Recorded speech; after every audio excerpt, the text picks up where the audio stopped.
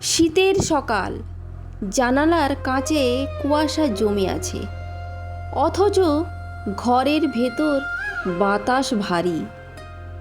ঠান্ডায় নয়, কথা না বলা অভিমানে। রান্নাঘরে চুলা জ্বলছে, হাঁড়িতে দুধ ফুটছে, কিন্তু আমার মনটা আজ দুধের মতোই অস্থির। ফুটে উঠলেই উপচে পড়বে, এমনই অবস্থা। সকালে আমার বরমশাই কিছু বলেনি, সেটাই সবচেয়ে কষ্টের। ঝগড়া হলে অন্তত শব্দ থাকে, নীরবতা হলে কেবল হিসেব, কে কাকে কতটুকু বুঝলো এটাই। আমার স্বামী বারান্দায় দাঁড়িয়ে খবরের কাগজের পাতাগুলো উল্টাচ্ছে। পাতার শব্দে যেন সে নিজের মনটাকে ঢেকে রাখার চেষ্টা করছে।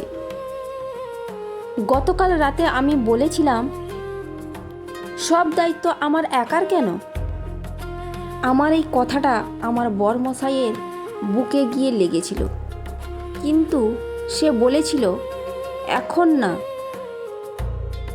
সেই যে এখন না বলেছিল, সেটা এখনও আজও ঝুলে আছে।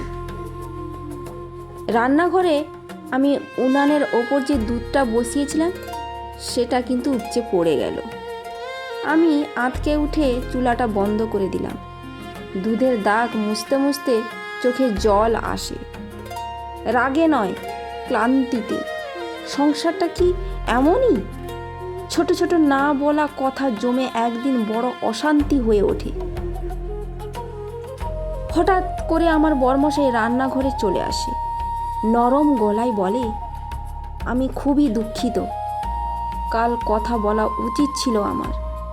কথাটা ছোট, কিন্তু ভেতরে জায়গাটা করে নেয় অনেকটা। আমি তাকাই, কিছুক্ষণ চুপ থেকে বলি, আমারও উচিত ছিল তোমার সঙ্গে কথা বলা। আমিও ভুল করেছি।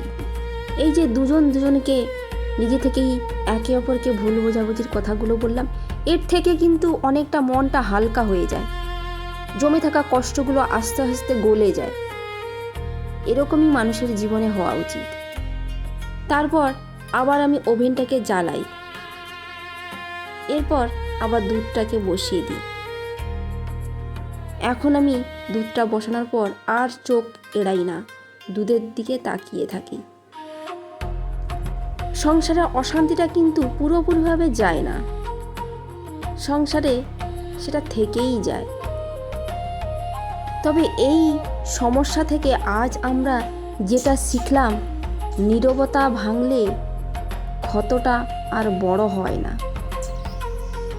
এরকমই যখনই মনে কষ্ট হবে, দুঃখ হবে, নিজেদের মধ্যে ঝগড়াঝাটি করে মিটিয়ে নেওয়া উচিত, কারণ ঝগড়া হলেও অনেকটা মন শান্ত হয়ে যায়।